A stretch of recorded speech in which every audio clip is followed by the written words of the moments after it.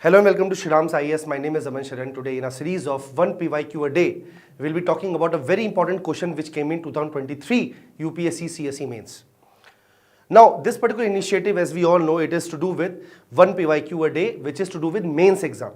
जैसा कि आप जान ही रहे हैं, this period is of transition. ये transition का time है और इस transition में what you need to do is that you need to consolidate your mains studies.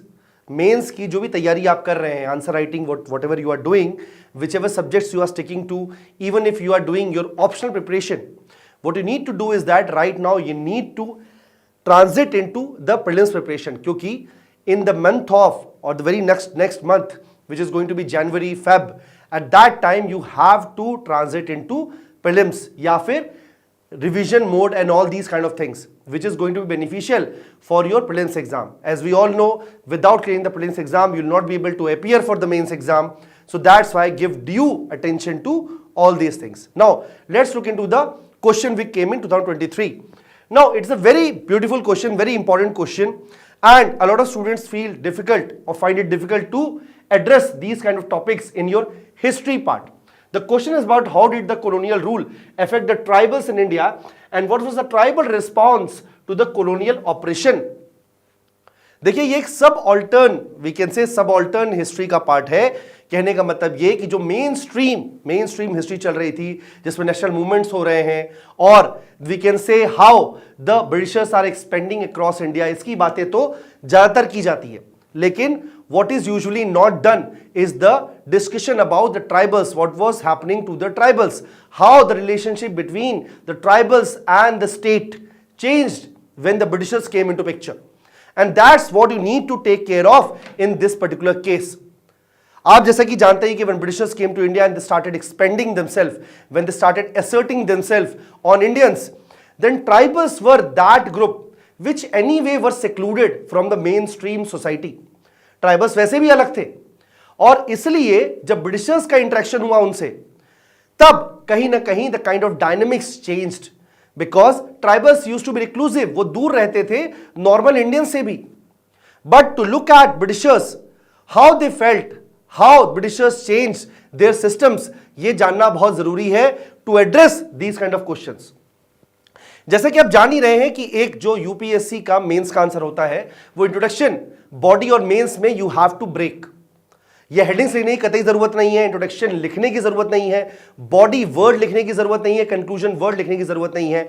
लेकिन इंट्रोडक्शन में बेसिकली करना क्या है, तो what you need to do is that you need to talk about the various disruptions in the traditional socio-economic, cultural and political life of tribals which Britishers could have brought. Britishers जो भी changes लेके आ सकते हैं उनका एक introduction देना है आपको.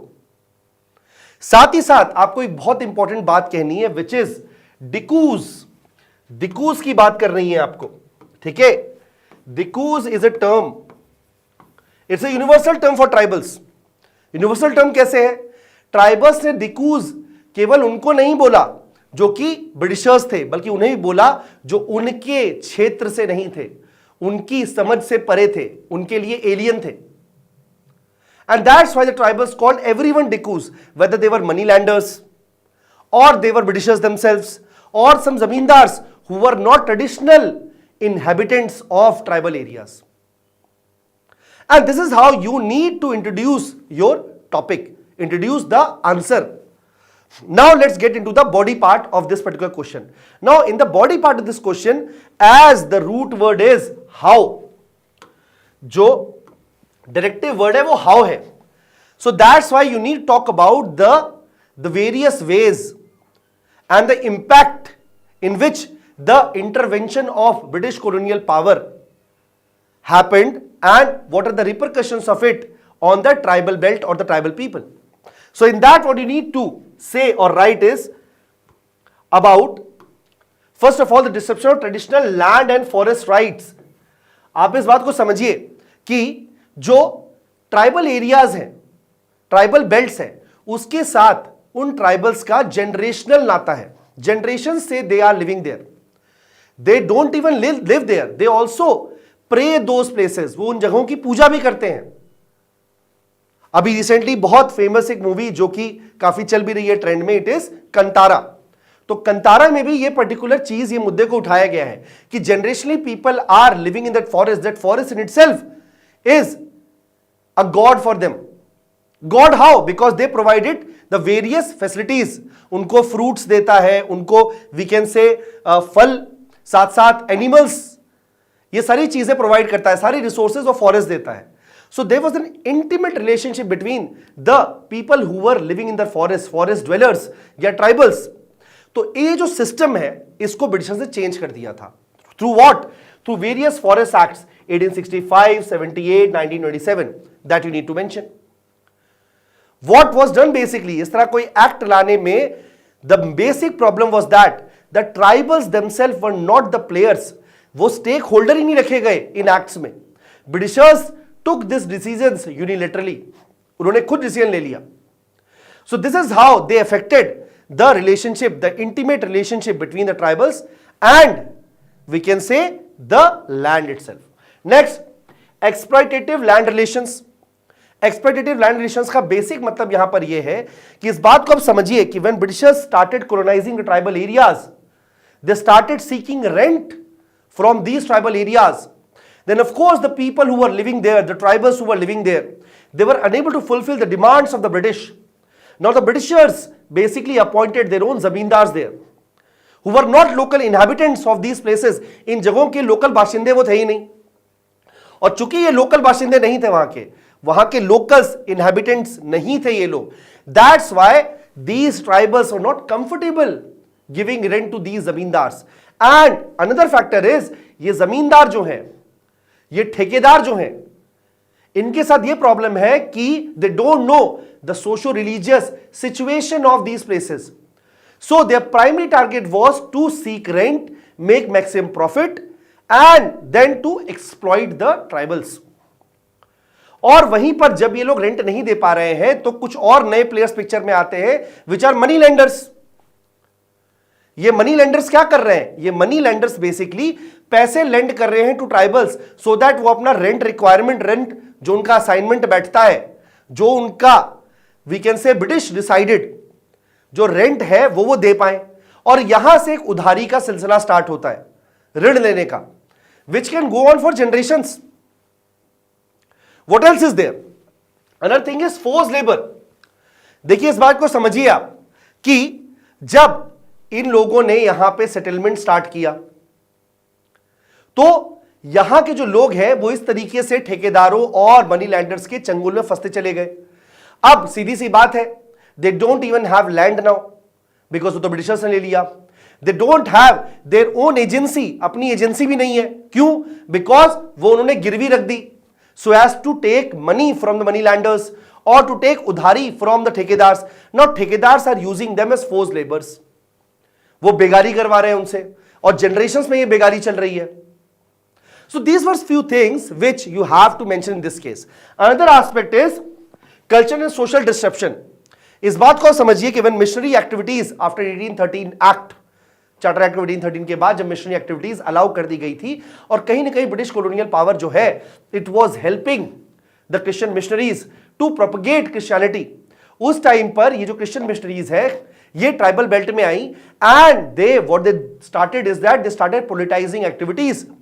पोलिटाइजिंग एक्टिविटीज करने के दौरान what happens, they started fiddling with, उन्होंने छेड़खानी करना स्टार्ट किया वहां के लोकल कस्टम्स के साथ. So this was another thing. Another part of it is political marginalisation. कहीं ना कहीं जैसे बाकी इंडिया पॉलिटिकली यूनाइट हो रहा था, नेशन स्टेट बन रहा था, पर अंग्रेजों ने कहीं ना कहीं सिक्लूजन की जो पॉलिसी अपनाई थी कि ट्राइबल्स को अलग रखना है, उनको अलग से एक्सप्लॉइट करना है, उनको एसिमिलेट नहीं करना है, तो वो लोग पॉलिटिकली मार्जिनलाइज हो गए. जैसे बाकी इंडिया को after 1860s, 70s, 80s, 90s या even in 1900s, early decades of 1900s, when the Indians started getting politically aware, at that time still the tribals were not politically aware, they were marginalized. Another very important thing which you need to mention is about jhum cultivation. Jhum cultivation or the slash and burn cultivation or the shifting cultivation which was basically done by tribals, it was practiced by the tribals. इस पर भी अंग्रेजों ने रोक लगा दी. Eventually they allowed it, but you need to understand इस तरीके से जो उनके cultural ways हैं, जो उनके तरीके हैं, जो उनके फार्मिंग के तरीके हैं उनके साथ छेड़खानी की अंग्रेजों ने, and that basically caused a lot of turmoil. Now what was the reaction of tribals? Tribals का रिएक्शन समझते हैं इस पर्टिकुलर केस में. देखिए सबसे पहले तो what happened, the tribals they raised arms, उन्होंने आर्म्स उठाए, हथियार उठाए. कौन से हथियार? उनके पास गन नहीं था, उनके पास we can say the various muskets, they didn't have muskets, तोप नहीं थे. What they had domestic appliances. उनके पास अपनी कुदाल थी, उनके पास अपने सिकल्स थे, और उन्हीं के थ्रू उनके पास वी कैन से बो एंड एरो, ठीक है, धनुष और तीर था, इसी से वो लड़े. और of course because of the difference in technology, they were having inferior technology weapons, they lost. But there is series of various agitations or revolts or tribal revolts which happened as a repercussion of these, we can say, exploitative British policies. Some of them we know: Santhal rebellion, Cold rebellion, Munda rebellion. So all these you have to mention to substantiate your answer. What else is there? Socio-religious reforms, of course. We talk about Dharti Abba. Dharti Abba basically is the name which was given to Birsa Munda, who was the reason behind the Munda rebellion which happened around 1899 and it stretched till 1905. Although Birsa Munda died, but still the initiatives which he took against the Britishers, it basically helped the tribals to fight against the British imperial power. And what these leaders did, whether it be him or Sidhu Kanhu in case of Santhal rebellion, what basically they achieved, they tried to assert that their own beliefs should be practiced. They talked about, Birsa Munda talked about a golden age of tribals when they were the owners of the land. And this is what caused the social awakening, socio-cultural awakening of the tribals. Got it? What else is there? There was also migration. Migration भी हुआ, ठीक है, जैसे Santhals migrate किए थे from one place to another in order to overcome the exploitation caused by the Britishers. And that is why you can see Santals in the various regions in the Chota Nagpur plateau. चाहे वो राजमहल hills हो, चाहे वो बाकी regions हो, चाहे वो झारखंड हो, प्रेजेंट झारखंड, उड़ीसा हो, बिहार हो, हर जगह आपको मिलेंगे. क्यों मिलेंगे? Because they migrated in order to basically settle a new life. And इस कारण से भी सोसाइटी में चेंजेस आए. Which societies where they reached? What else is there? Nationalist movement, जैसे तेलंगाना movement है.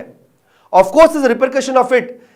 Few tribals, some of the tribals which got politically aware, they initiated some movements like we have Telangana movement, which was basically a tribe-led or tribal-led movement. So these are few examples which you can give to substantiate your claim of the we can say reaction, the tribal reaction to the British colonial exploitative policies. How will you summarize or how will you conclude this answer? You will basically summarize all the points you have written. And you will tell also, आप ये भी बता सकते हैं, आपको बताना चाहिए भी कि post independence, the policies which were implemented, in that the emotions of or the culture of tribals were preserved. Schedule tribe जैसे टर्म्स या शेड्यूल जैसे टर्म्स इंट्रोड्यूस किए गए in the constitution of India so that the tribals can continue with their belief systems. कोई भी बाहरी इंसान इन जगहों पर जमीन ना ले पाए, वो इनको परेशान ना कर पाए, इनके जमीन के साथ जिनका रिलेशन है उसको कहीं से भी कोई भी वी कैन से हर्डल ना आए. ये चीजें सुनिश्चित की गई after constitution was made drafted. And this is how you will conclude your answer. I hope this particular session was fruitful to all of you. Best of luck from my side. That's it from my side. Thank you.